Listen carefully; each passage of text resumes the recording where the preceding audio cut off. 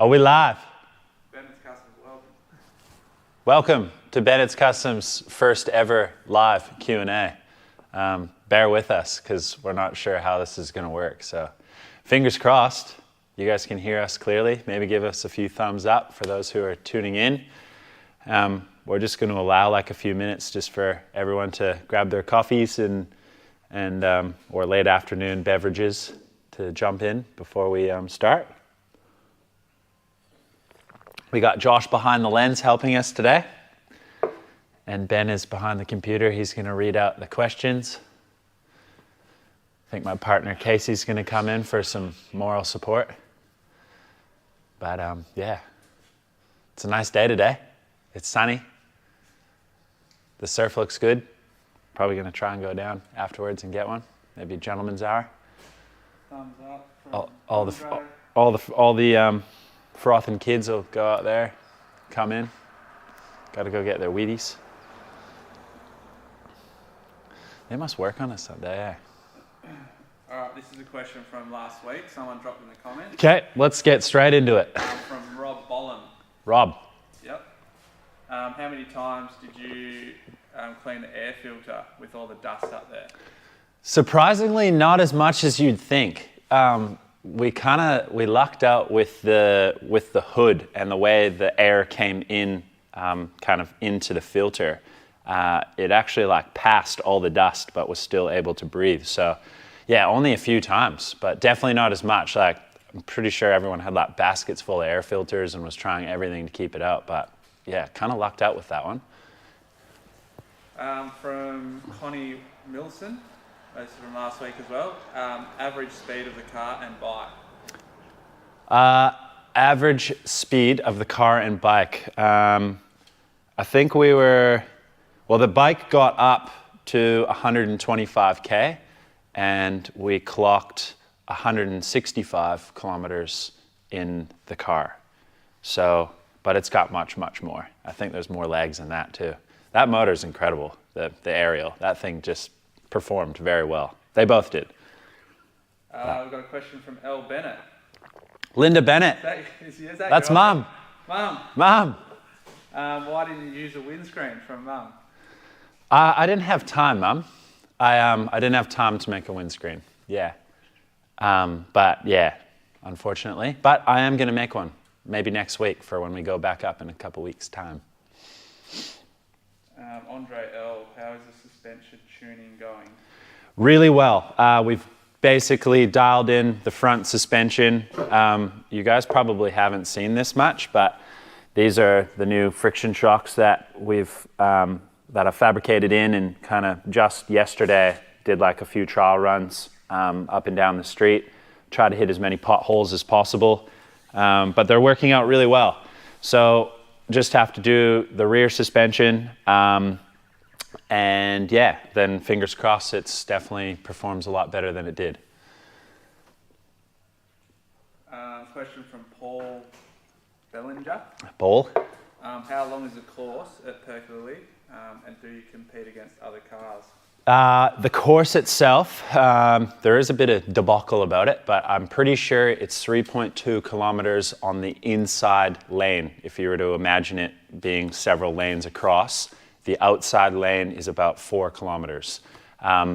With the cars, it was never, you can't really compete. During the timing days and your tests and tunes, it was really fun because you were able to pass, but the dust up there gets insanely dangerous to the point where it's really tough to see like anything basically. I think at some points I could just see my steering wheel and then in front was noise and red dust. So with the cars you cannot pass, but they do stagger the time so that you're able to basically still, you're able to drive your car as you would in a proper race, and by the time you hit your second lap coming around the second bend, you should all kind of line up for a really nice photo finish.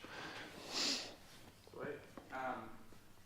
Yael Santos, Okay. I assume from Brazil, Yeah. maybe a Brazilian subscriber, asked about the music in the YouTube. Yeah. Put in all the Yeah, we'll try and, well, yeah, that's that guy over there. That's Ben. In all the description. Yeah. So he'll put it in every video that we bring out. We'll always make sure that we have the link in the description to the music that we use. So yeah, and I think you guys, we're getting great feedback from the music. So we want to try and keep finding some good fresh stuff for it. So Andre L again. I'm not sure where Andre is from, but is the driving position what you thought it would be? The driving position, what I thought it would be. To be honest, I wish I was sitting a little bit lower in the car, but unfortunately, with the design of it, it was really tough to try and get the seat any lower because of the torque tube and where the axle was. So even if I had made a bigger kick for the frame and lowered it down considerably more, I still wouldn't have had a lot of room. So I think hindsight, it would have been neat to actually design this body, but say another 6 or 7 inches higher, so I'm kind of sitting more in it. But it's kind of cool. It's just going to be weird if I end up designing and making a roll bar, which I've been considering. The roll bar is going to sit quite high, but it'll just look like an old billy cart that we all used to race when we were kids anyway. So that's basically what it is. It just happens to have a flathead Ford V8 in it. Every kid's dream. Who did the pinstriping? Ooh, yeah. That is our good mate and local in town, Craig Baxter. We can put the link to his Instagram. He is a very, very good sign painter and pinstriper. He's basically done it his entire life, and does a lot of other things as well. But he's very talented, and we kind of gave him I just gave him ideas. And he knew exactly what it was. I almost wanted like a bit more, and he kept kind of reminding me less is more, and I completely agree. But he nailed it out of the park, definitely. A few questions coming in about top speed. Have you already answered that? Yeah, so top speed, it wasn't really like a speed thing up there, and they didn't really want to encourage it. So we did have to wait a little while, but we did crack 100 mile an hour, just over. And the following day, after I was having some fuel dramas, basically when I was getting to top speed, it was leaning out a lot, and I couldn't figure it out, which was a shame because everyone was getting two passes, and I was only really doing a lap because I didn't want to push it without it performing properly. So there was a lot of trial and error with it, as expected, but luckily I was able to buy a rotary style fuel pump off a gentleman up there, and that helped immensely. And then we ended up using a drill bit and drilling out the jets. I had for those guys who know these, I had a set of 51s in there. No, 50s, I believe. And we wanted 52s for the jet size. No one had any up there, unfortunately. So we took a set of 51s and I drilled it out with a drill bit. And that was a bit of roll of the dice, and it worked incredibly well. So it's probably runs slightly rich, which is totally cool. And I definitely think it can. Yeah, it's got more in it. That's for sure. So maybe that's when the roll cage will come. I've got a question from Wayne in Fremantle. He was wondering about the pipes and who did them. I can't actually remember what his name is. He's really hard to understand. So I think his name is Win. That's the Scotsman. That's him asking right now. He's probably ask him if he's at the swap meet right now. There's a swap meet where we were supposed to be at, but yeah, he did the pipes. Him and I kind of came up with tons of different plans and made some templates, and we came up with the idea of what you see. So he is an incredibly talented traditional sand bender. He's a great guy if you can understand him. But yeah, he's very talented. So thank you, Wayne. Lake pipes. Hi, slightly off topic, but is the Model A coming back to Australia, and will you do a progress build series on it? Certainly. So the container, yes, we will. Sorry, I should repeat these questions so you guys can hear them clearly. The Model A Roadster that I purchased in Canada, it is here. The whole entire container. We are just waiting for customs and all the rest to get it through.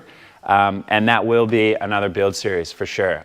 It's my dream car. I've had several Roadsters, but this is kind of the one I've really wanted to build. It was super special, dragging like mum, dad, my partner Casey, all the kids, my nieces and nephews all got to see everything over there. So it meant a lot, and I really want to build like a really nice traditional hot rod and have this Roadster on 32 rails and the rest. So yeah, that's going to be a really neat one, and I have some really cool ideas that will be interesting to try and follow along. Lots of cool tutorials, lots of little finer details. As you know, I love the finer details of stuff, so yeah, I think there'll be some pretty cool things.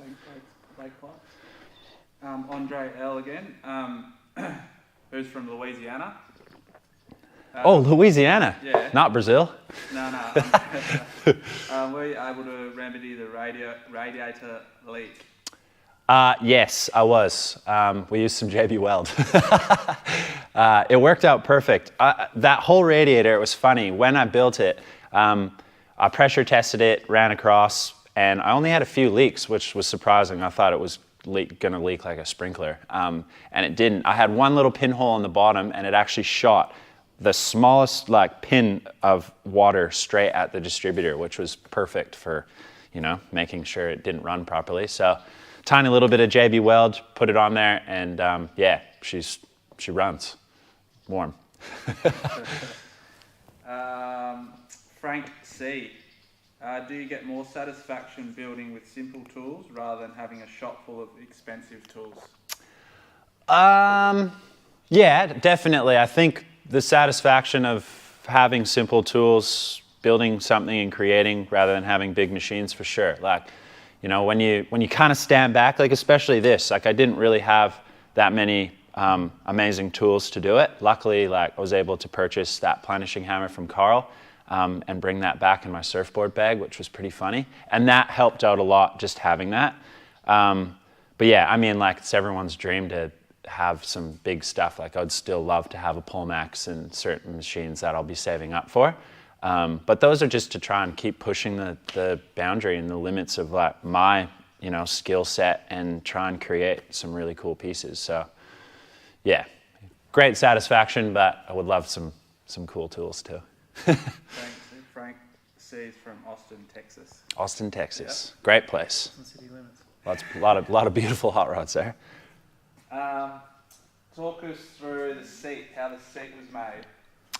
The seat was a quick one. That was literally, I had ideas of building a really nice bomber style seat, and was going to have some rivets and try and kind of complement sort of the, aircraft post-war theme that we were trying to go for.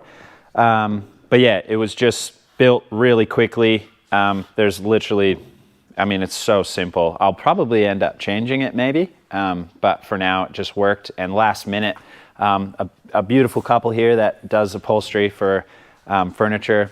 They had a bunch of scrap leather pieces, and they were actually able to sew them all together to kind of create a little seat for us. So, but with the interior, there's probably a couple questions about it, but I do want to finish it. So I do want to do the rolled edge, kind of like an early sprint car that'll go right around. And we've actually pre-thought of this. You can see where Craig's run this pinstripe line. He's stopped it here because we are going to have a rolled edge that'll come up around the whole thing to about here.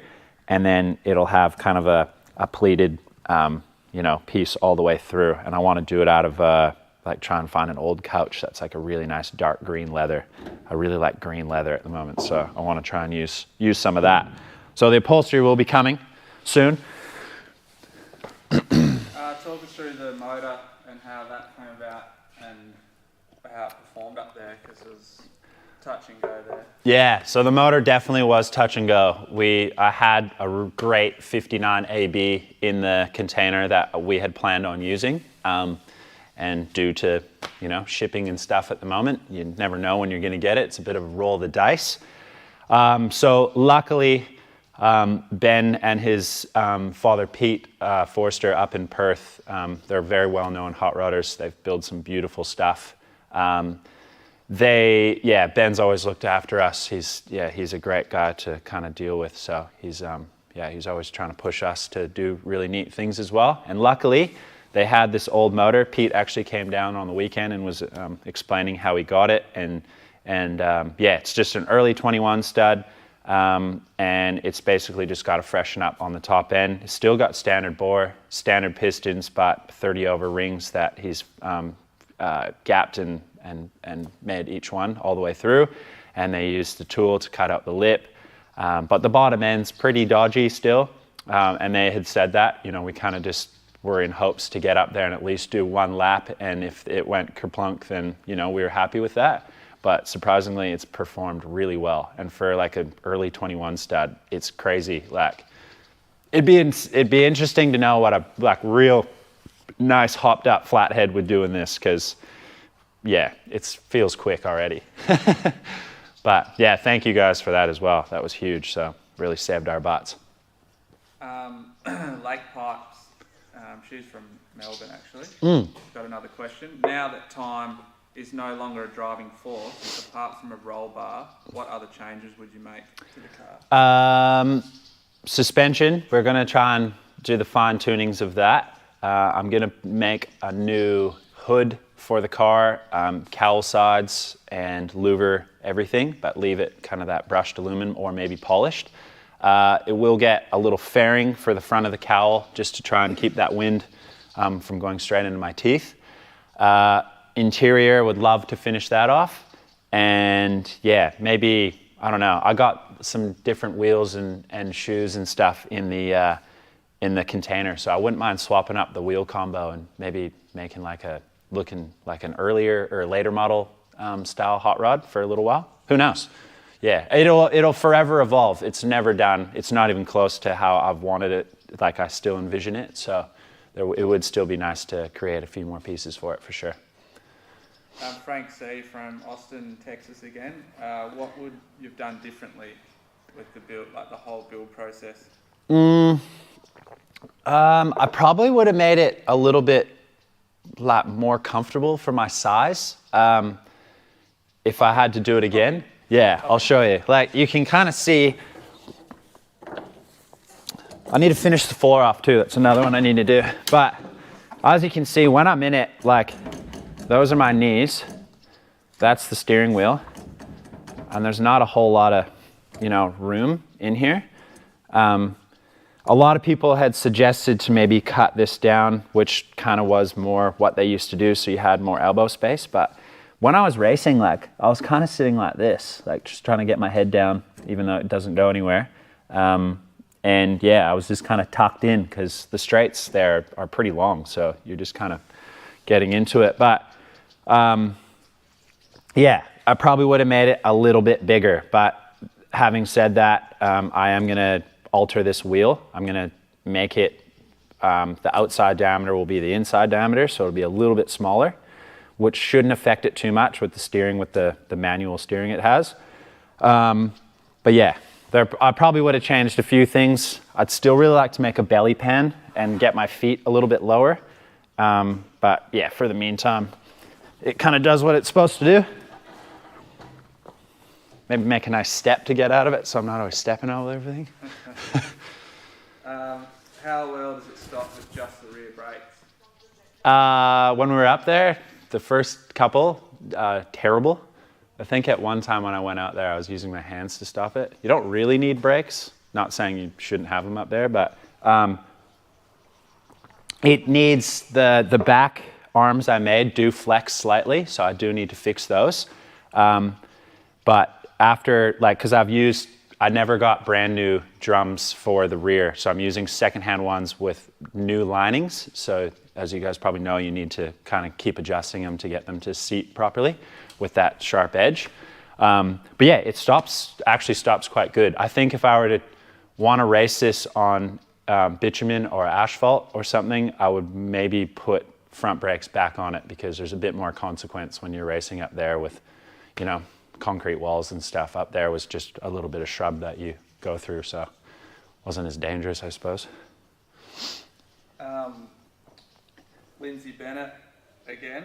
Jordo, looking forward to being here. Hello, my beautiful sister. My question is, what will my jobs be as your shop rat? Yeah, look, there's a lot of jobs here for you to do, Linz. You're great at cleaning, so we'll get you straight into that. As you can see, I don't want to show you too much because it looks like a disaster at the moment, but usually I have a crazy OCD with it being clean. Maybe not the house so much, Casey would disagree with that, or the side of my bed with my dirty socks. But in the shop, I like to keep stuff clean. But yeah, looking forward for you guys to come over here. I want your artistic skills, actually, because you and I think alike, so that'd be good. Murdoch 6501. Damn, got my time zones boogered. Greetings from Sparrows Point, USA. Love the channel and your work. Thank you. Thank you. Thanks for chiming in. Murdoch. Yeah. Few crew asking about this area, the hood. Yeah, What's the happening? hood. So this was actually, I've made 3. This is the first one that I said I was going to make, and I made one at 3 in the morning prior to leaving. I was trying to finish it and I screwed it up with a template that was the wrong one. So this is the setup that we ran up there, and as you can see, this was kind of the reason why we didn't collect so much dust, is the wind actually came straight off of it and just cleared, and I cut the back of just a shitty chrome air cleaner and it went into the back. So what's going to happen next? Yeah, this is the one I designed, or was in the process. It's still usable, but I kind of screwed up and I didn't like that it doesn't go down enough. I really like the profile of the way this one sits. But what's going to happen is I will end up finishing off the little louver machine, and then I'll build one similar to this, and it's just going to have a few rows of louvers across here, and then I will build cowl sides that will go down to the frame rail, and they will also be louvered. So this will still lift off as one piece, and so I can still get access to everything. And yeah, so it should look a little bit different. I'm actually really looking forward to seeing how it does look, because I'm hoping it'll kind of break it up a little bit with how flat the top of the cowl is. And when I was running into the hood, everything was kind of maybe a bit too long and skinny.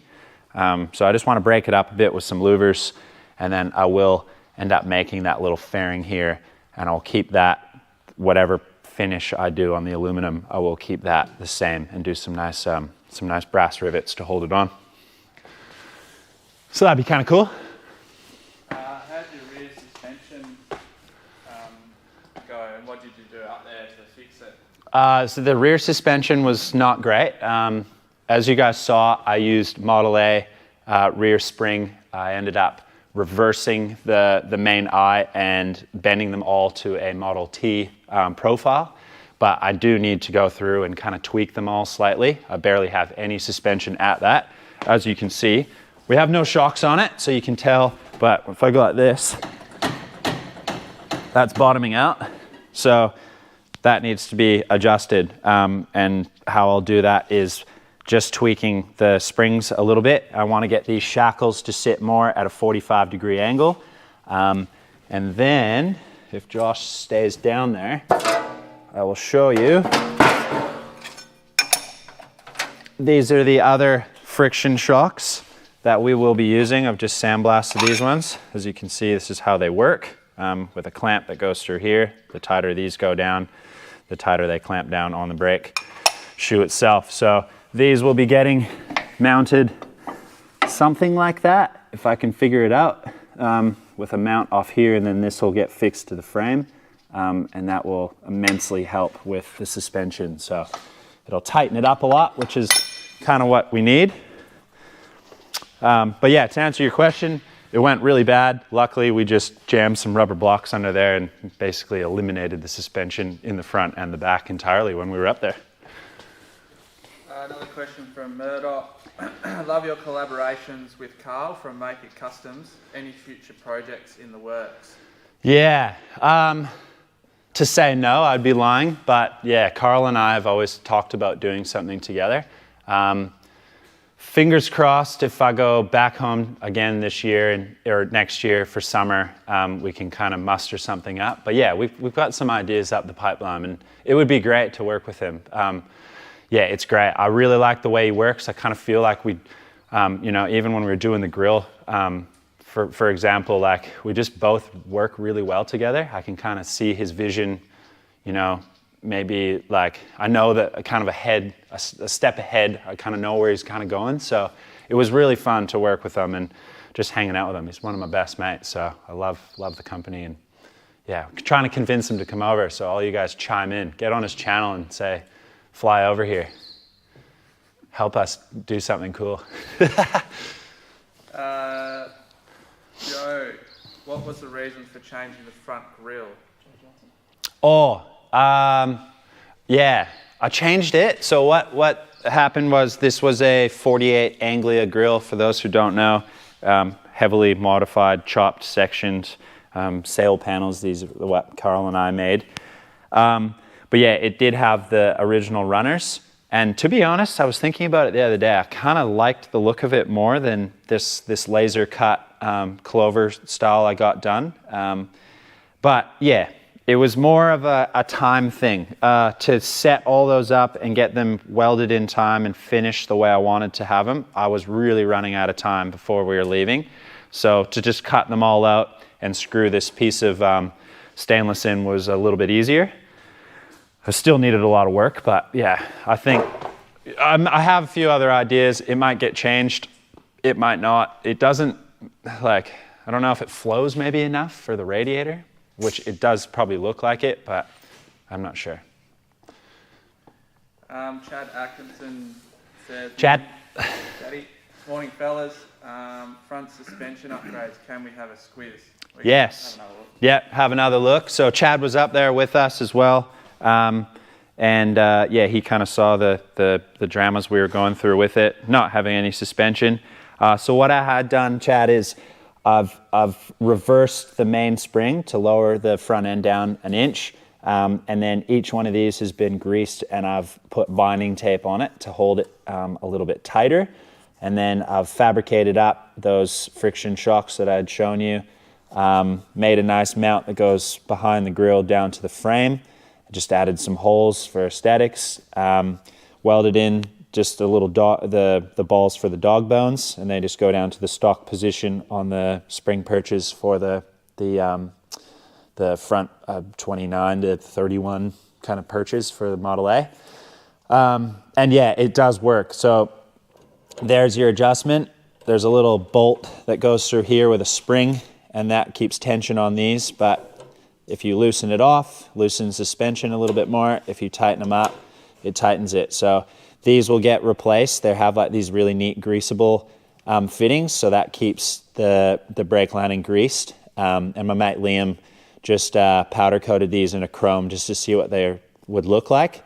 A little bit on the fence. I may end up sending these up and get them nickel plated for the front and rear. Just some subtle little pieces to finish it off, and I will change out this hardware to something a little bit different just to kind of keep the era. But it does work. It works really, really well compared to what it was. So I'm really happy with how it's come out. Frank C, do you find inspiration for ideas from things other than automotive? Certainly, all the time. Yeah, I think like even with this, when I was trying to get inspiration from it, I have tons of books of early cars and early indie stuff, sprint cars, things, speedster, whatever. Get a lot of inspiration from that. But I do kind of like looking outside of the box. And even when I design this, I look at this as like a car it's obviously functional. You can get in it, it drives, it goes forward and back. But to me, this was like a piece of art. Like I wanted to show like what I had in my head. And it may not necessarily been like, your stock standard car per se, or, and I was trying to complement stuff that's been done and try and, do some original pieces as well. But yeah, everywhere I go, I'm always inspired by the smallest things. Like I got the weirdest trinkets and I don't know. Here's one, for example. This is totally outside of the box. Random. This, I have no idea where I found it. It's a Surge from Chicago Babson Bros, and what it is like it's like a pump, and these would get put down to like milk bottles or for something for cows, maybe, like I don't think that goes on their udders, but it was like an old pump, and then this would actually pull it up, or maybe it goes the opposite way. Some guy explained it to me, and I just have had it for years. I have no idea what I'm going to do with it. I thought about how cool it would be if you gutted it all out and that was on your firewall, and then you were running like a 4 carburetor setup, and these fuel lines would go down to them. So that's like, not related to cars at all. It's a cow pump thing, but that's the stuff I get inspired by. So this one little piece, like, I'll hold on to that until I find, the car or idea that I want to use for it. So yeah, I love finding stuff outside of the box. Good segue into the next question from Murdoch. Not knowing your past, what got you started on path into the world of cars and bikes? What got me started into the world of cars and bikes? Were you a kid and curious, or is it something in your family? No, well, yeah, Dad's definitely been into cars. He really knows a lot about cars. He's had them in his past. My brother and I used to build kind of like mud trucks and 4-wheel drives when we were younger. But yeah, we're from like a place called Langley, BC. Shout out to all the boys there. Langley, BC is basically known for Harleys, Hells Angels, and hot rods. And maybe not so, yeah, more hot rods. But it's an incredible place, and everyone there builds, like, everyone has a shed in their backyard, and everyone is building something. And yeah, we have like one of the biggest car shows in basically Western Canada, almost probably all of Canada, called the Langley Good Times Cruisin', once a year in September, and that like is like a massive like show, like huge. Thousands and thousands and thousands of people come from all over the country, come from the States and come to it, and it's so neat to just have them in a small little town. So that definitely kind of kickstarts you into it, and yeah, I don't know, I have an obsession for it, and it's hard to switch it off, but I think it just kind of grew to what it is now, so I love it. 3Ps Automotive. Hi from London. Looked like you had to remove the sump on the race week. What was the problem you had? This is a good one. I had to remove the sump during the race week. Thank you, Gordon, for helping me. He was kind of looking over my back the whole time. What had happened was, I have this dipstick. If it pulls out. As you can see, that dipstick on the end looks pretty shoddy. And there's a line right there. That line is actually a wear line, but looks like a fill line. And I didn't have another dipstick up there, so I kind of assumed like that was, right. So what had happened, long story short, we had 4.5 liters extra of oil in that thing. So you can imagine 8 liters of oil in a flathead, what it was doing. Definitely got a good wash in there for sure. So what originally, until we had figured out that it was the dipstick and it had too much oil in it, we had thought it was a rear main, pulled the pan off, the rear main cap, forgot it was a slinger, so there is no rear main seal. And then when the pan was sitting on the ground with the dipstick in it, I looked at it right away and was just like, that's not right. So we picked up on it. Luckily it was that. I was kind of a bit worried that, I may have been out of the race for the weekend, but yeah, she's still going solid. So. The Curtis Garage. Hello from Winnipeg, Manitoba. Is that in Canada? Winnipeg. Winnipeg. Is that? Winnipeg is like kind of central-ish. Yeah, sort of. Canadian. Yeah, Canadian. Yeah. How fast were you going in that race? Looked super fun. If you touch on that again, and also, what was the most challenging part of the build? So how fast I got, cracked 100 mile an hour. It was so much fun. Seriously, like, I cannot explain it enough. That race, that weekend, that 10 days up there was like top 5 highlight of my life. I think the whole creation of trying to get the bike and the car done right down to the wire, like literally 10 days of, I think we were averaging like an hour and a half of sleep. It was pretty hectic. And yeah, just to get up there and for both to work with a minor teething issues that we figured out with the car and to just have fun, race it hard. Like I definitely didn't, I wasn't easy on it by any means. And to be able to put them on the trailer and get them back here and they're still doing what they're supposed to. Like I drove this around town yesterday secretly. But it was really fun. And the most challenging part about it, probably like maybe the sheet metal work on the body was quite challenging, just like a lot of trial and error. It was just funny the amount of things, like with the cross member, I built 3 of them until I was happy with the last one. So, that you have these ideas, you create these pieces, and then, when you move forward and build more of the car, sometimes those pieces don't work. So it's just funny, like there's no manual or, instructions to go with it. So you end up kind of, creating a few different pieces here and there. But yeah, that whole build was quite challenging. And the time frame, that was probably the biggest thing, the time frame. Definitely that. Yeah. And that sucked because the whole build process was really good. It was super fun to do and try and show as much of the build as possible in detail. And then when we got to that crunch time, unfortunately, we just didn't have the time to get there and have it out. So yeah, but it was still good. Question from Frank, what's your daily driver? A transit van that's out there. Yeah, Casey will agree with you. I never have a good daily driver. My daily driver last year was a 31 Roadster, and I drove that through winter with no top on it because the top was factory, and I cut the windscreen basically as soon as I bought the car, and chopped it heavily, and the soft top got sold over east, so I drove that with no top on it during winter and just bought a really nice rain jacket. So I've never had good reliable cars. I probably should, especially with a little grommet on the way. We're going to need one, so yeah, I'll have to sacrifice a couple old car parts. Lindsay Bennett again. Jordo, are you putting the car into any shows coming up? Yes, Lindsay.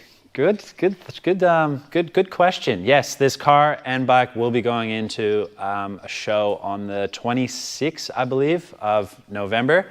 I will not be there, as Casey, my partner, will be probably nearly about to pop a baby out. So I will be here supporting her as much as I can. Ben will be up there with a few friends, and the car will be displayed at the Western Street Machine and Hot Rod show. I forget what it's called. Sorry, Les, the organizer of it. It's at the Claremont Showgrounds in Perth. It's an indoor show. It's quite a neat one, especially for Perth. So if you guys are up there, definitely pop in, say hi to Ben, check out the car. We're going to have a pretty neat little Percolili display. And we'll have some shirts for sale and a little bit of what's to come. So yeah, definitely if you guys want to see it in flesh, go if you're in Perth or the surrounding area, definitely jump up there and have a look. Question from Lost Rectors from Oregon. Oregon. What would you change? Are you going to race again?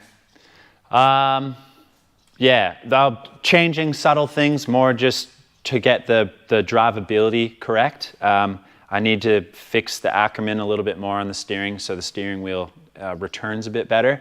The box needs to be shimmed again. It's kind of pretty not the nicest box to turn. And then we are going to race again. We're doing a cheeky one up there in a couple weeks' time, just so we can get a bit more filming done for our documentary, and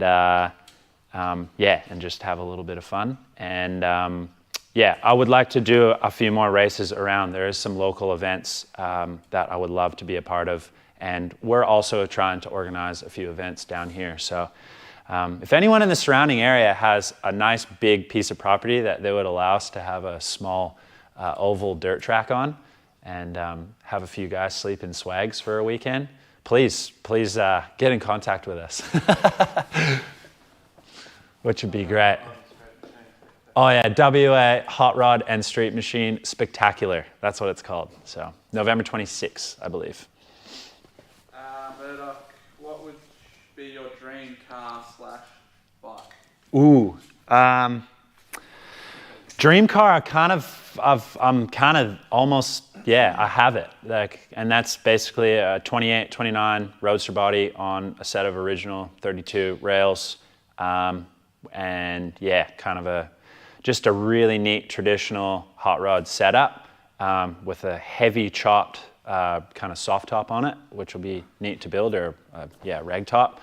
And I basically kind of have all the parts to build it. So like I get to actually build my dream car, which I'm very like excited about. And I just can't believe it all kind of worked. So that's going to be really neat. As far as a bike goes, I would love to make a really nice panhead. I kind of had a bunch of parts, and then, you got to sell stuff to buy more stuff. So, but we do have some plans to do another bike. We'd love to do a Peach Fuzz 2.0, which would be really special. That was that funny little postie bike that I had done, the pink one. But I want to make the big brother of it, so that'd be kind of neat. So bike stuff is definitely still in the near future, and we both want to be on one. So what's the future for the Bennett's Customs channel?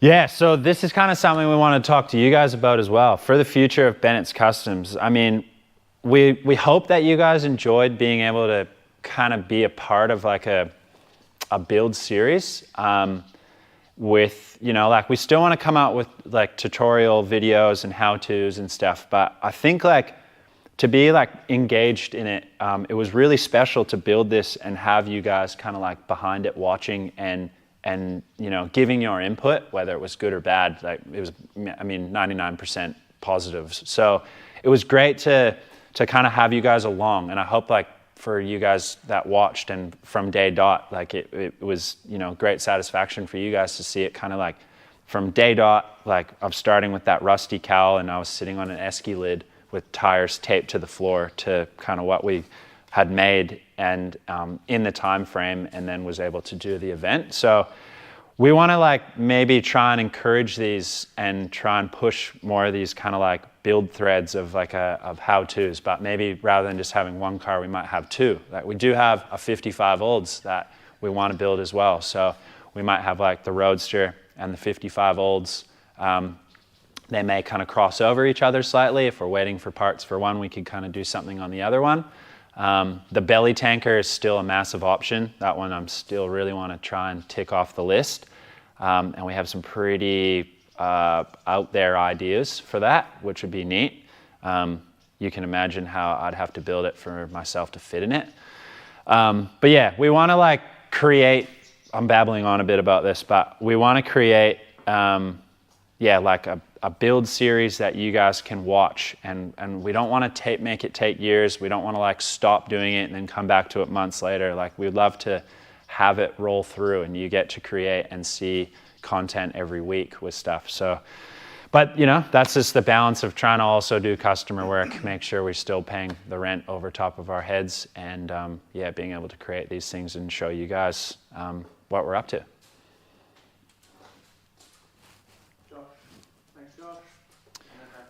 Oh yeah, okay.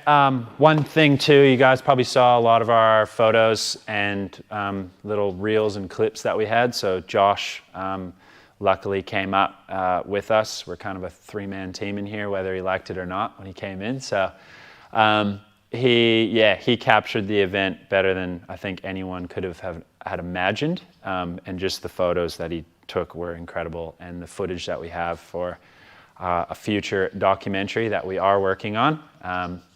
Probably it's a bit early to give away too much, but we are working on a really neat documentary that will be released next year, early next year sometime. We don't have a date yet, but we will keep you guys informed on that. But yeah, if you guys, in the link in this, we will put you over to his page on his YouTube channel, and you can see what he's been up to. He's also a wedding photographer, so that's basically his full-time job. And then his second full-time job is doing all of our photography and videography work. So yeah, thank you, Josh, for capturing the event so well.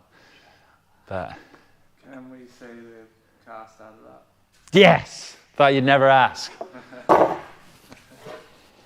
Oh, one more thing we do want to touch base on too before we wrap this up is there was lots of comments and we're getting like several emails about doing like a members only thing.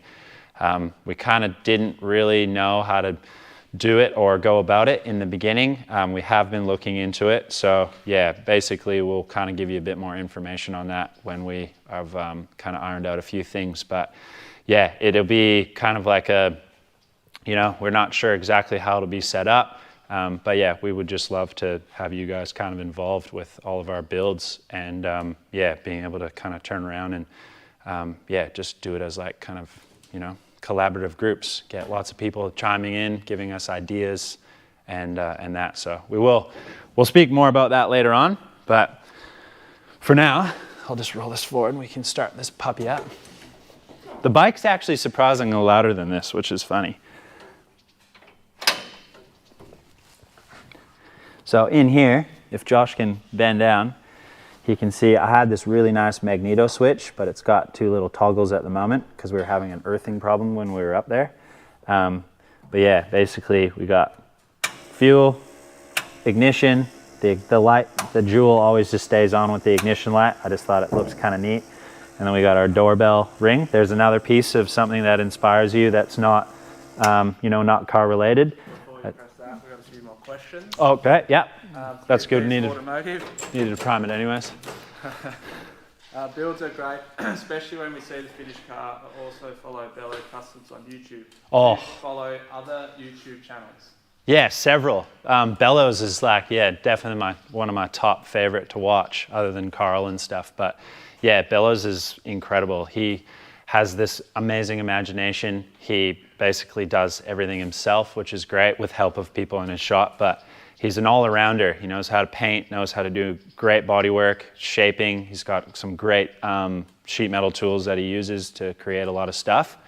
Carl is also great, Make It Customs. He, as you guys all probably know, he's a wizard. He's an absolute wizard when it comes to building stuff, and his imagination definitely goes way farther than just like a stock bog kind of building a car. His like truck, if you guys have seen it, is totally what his imagination is like. So that's it was really neat to see that thing come to life and driving it and just see how crazy it is. Like you really know what is like, even getting a small bit of what's going on in his head is wild. Who else do I follow on there? 1945 Custom, I believe. Sorry if that's wrong. He built like a really neat little alcohol fueled flathead kind of mid-mount T Roadster thing that he raced at the Race of Gentlemen, and he's like won it 2 years in a row. But it's just a wild little setup. It's really, really cool.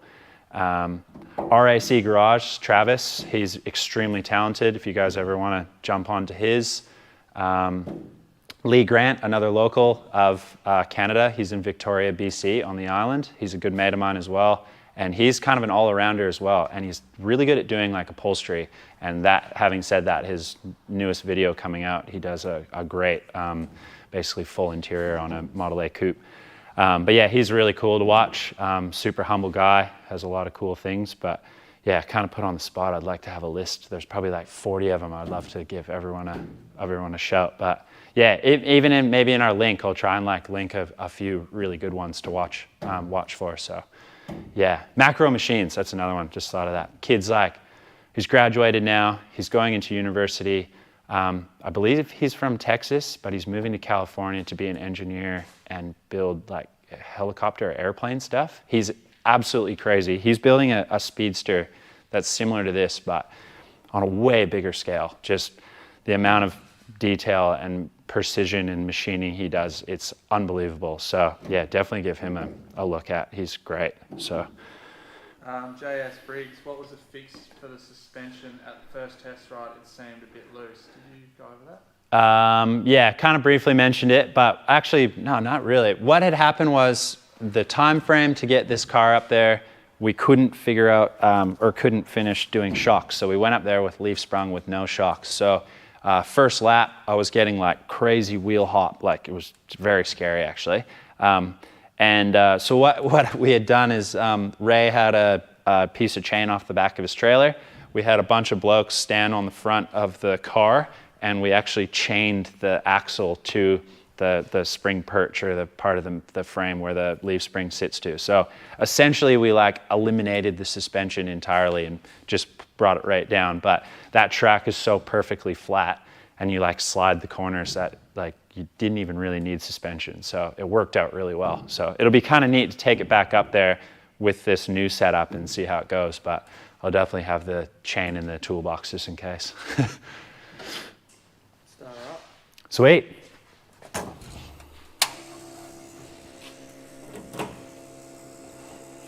It's got a leaky water pump. Never changed it, still leaks, but get there one day.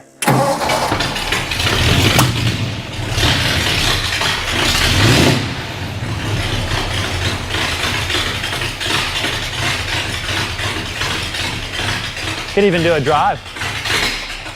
Oh.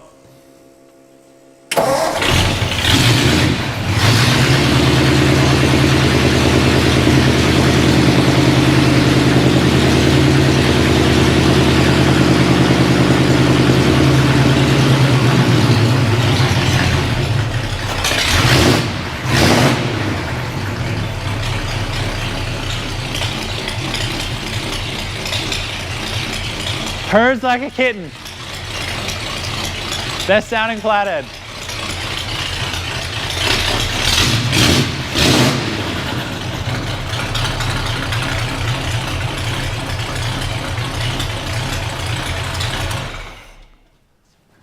Could take it for a little lap. A couple more questions coming Yeah. up first, and then Yeah. we'll take all that. For sure. Walter Coco, where did you learn your skills as such a young guy? You can fabricate and paint. Where did I learn my skills? A lot of it was self-taught. I've never gone to school for anything. I tried to go to welding school. I failed my first exam.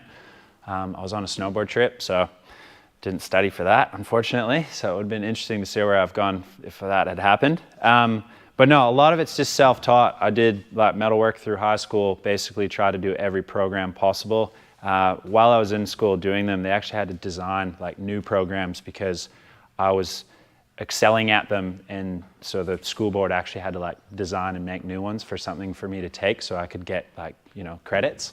So that was really neat. And yeah, I think like my whole family is very creative. My dad can like, you know, he's so good with like woodworking and his hands, and he was an art teacher. So my sister and brother and I, we all kind of like, yeah, we're really artistic as kids, and you know, they still are.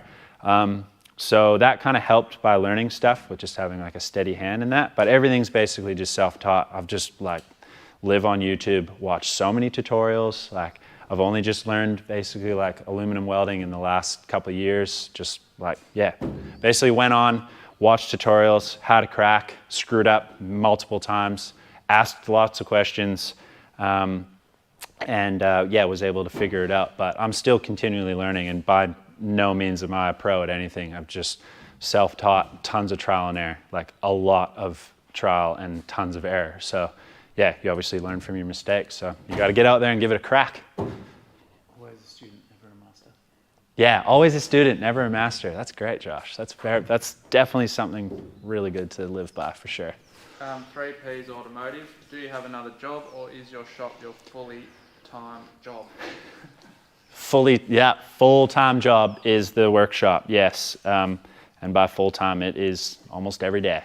No, Bennett's Customs, yeah, we are trying to wean out the day-to-day customers, and we are, you know, it's a dream, but we are trying to create and build stuff and push the envelope with this type of stuff and be able to, you know, buy and sell things to make sure that stuff is paid for, and create these type of builds and be able to, you know, pass them on to someone else. So yeah, this is a full-time job. We still have lots of projects that need to be finished off, but yeah, we'd like to, you know, try and get that sorted. So yeah, anyways, we could probably do this all day. I'm sure there's tons of questions. We can always do another one in the future, maybe when we kind of get the all the stuff I've brought over from Canada in, and you guys can kind of have a little sticky peek of what we're up to with that. But yeah, thank you so much for chiming in. A lot of great questions. It was kind of nice to be able to do this. You just feel like a little bit more connected to those of you who are viewing. So yeah, please don't ever hesitate to jump in and yeah, give us your suggestions on future stuff or just feedback in general. But yeah, this is kind of where we want like Bennett's Customs to go, and we want to really make sure that we're kind of part of the of the people watching. So yeah, we always want to make sure we are getting getting all of our comments and everything through. But I reckon that's probably a wrap on the old questions. I might go take this for a little hot lap and you guys can see it leave, and I'll leave you in the dust until another day. I'll move this out of the way. Should take that for a drive.